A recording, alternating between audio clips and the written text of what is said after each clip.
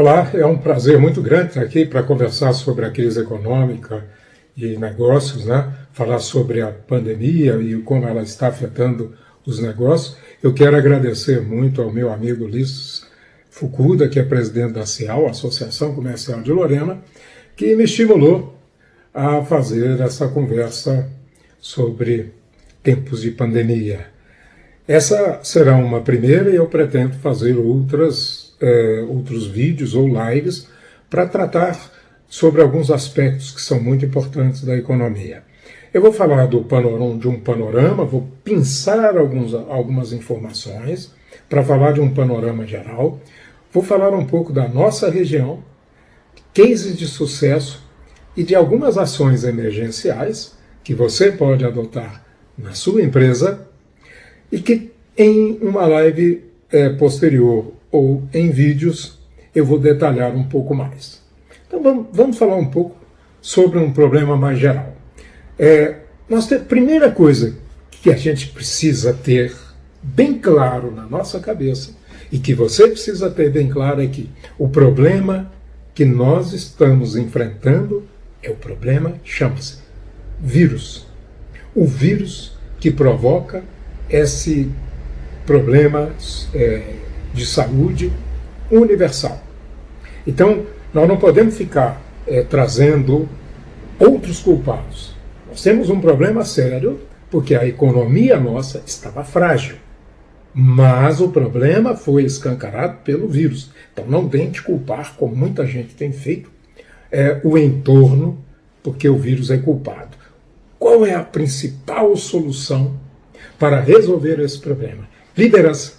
Nós estamos com problema de liderança. Nós temos problema de liderança no país, nós temos problema de liderança nos estados, nós temos problema de lideranças no nível municipal e temos tido problemas de liderança nas empresas. Então, se você quer sair desta situação incômoda que está enfrentando, assuma a posição de liderança, aponte os rumos da sua empresa, porque esses rumos são importantes para que você se encontre as soluções adequadas para a sua empresa, para o seu negócio.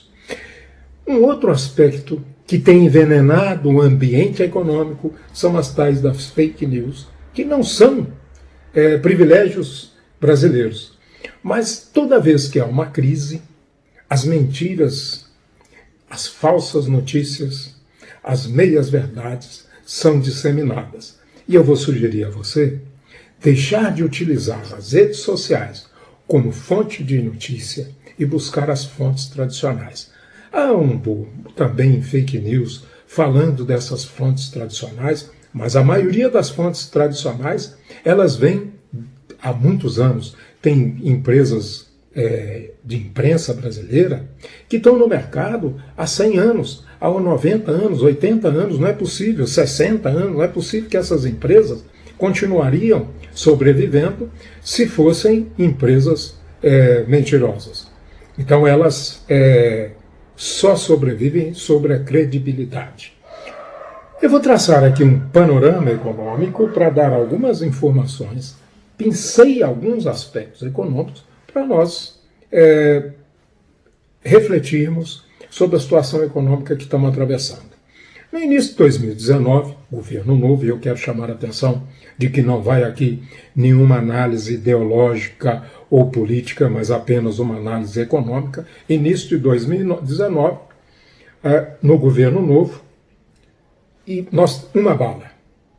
Isso era algo que era conhecido de todos nós. Tinha que entrar um governo e esse governo tinha que tomar uma atitude em relação às reformas urgentes que o país precisa. E a primeira delas era a reforma da Previdência. Isso tinha que ter acontecido no início de 2019. De preferência que esteja já startado e já em condições de ser modificada a Previdência no primeiro trimestre. Isso não aconteceu. Não houve uma conjugação de esforços dos poderes para que essa Previdência acontecesse. Faltou liderança para que a reforma da Previdência acontecesse. Quando ela foi acontecer? No final do ano. Então nós não tivemos tempo, não tivemos fôlego.